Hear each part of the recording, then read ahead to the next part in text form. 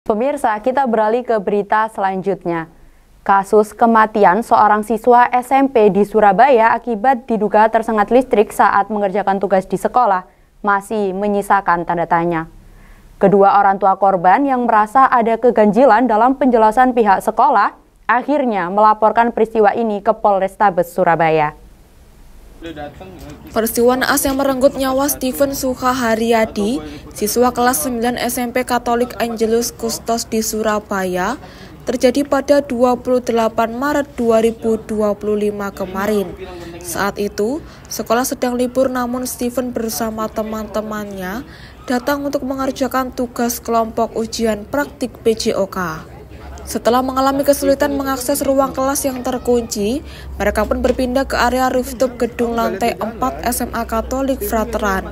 Disinilah Steven diduga tersengat listrik saat berada di dekat unit AC outdoor, yang kabelnya diduga dalam keadaan terkelupas.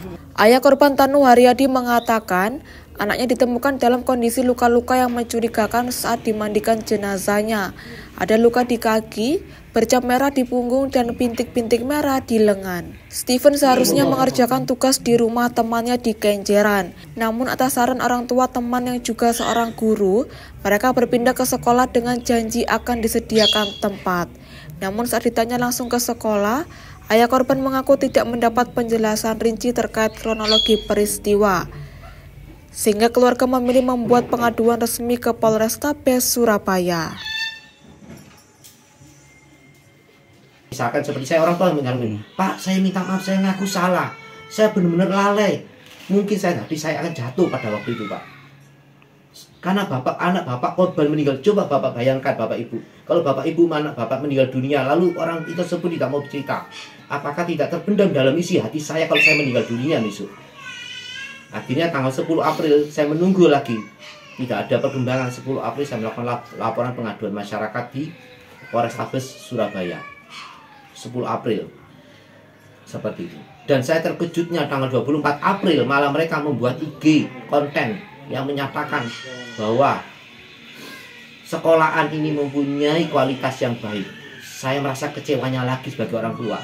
Saya punya tetangga meninggal dunia saja, saya tidak berani nyetel lagu. Apalagi anak ini, anak di bawah umur meninggal dunia di sekolahan.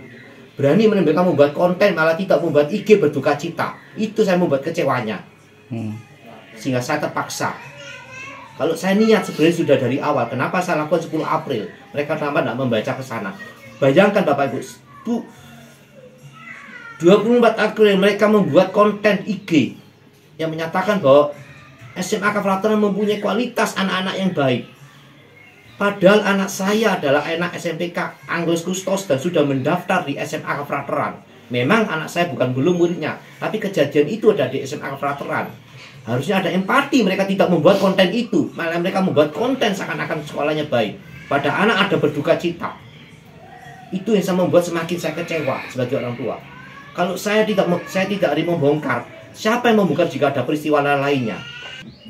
Saat ditemui untuk konfirmasi, pihak sekolah tidak memberikan penjelasan terperinci. Pihaknya menyatakan bahwa kepala sekolah akan memberikan klarifikasi resmi yang didampingi kuasa hukum. Hingga kini keluarga korban masih menanti kepastian hukum dan penjelasan transparan dari pihak sekolah. Sementara itu, kasus ini telah ditangani pihak berwajib untuk penyelidikan lebih lanjut. Tim Liputan Surabaya TV.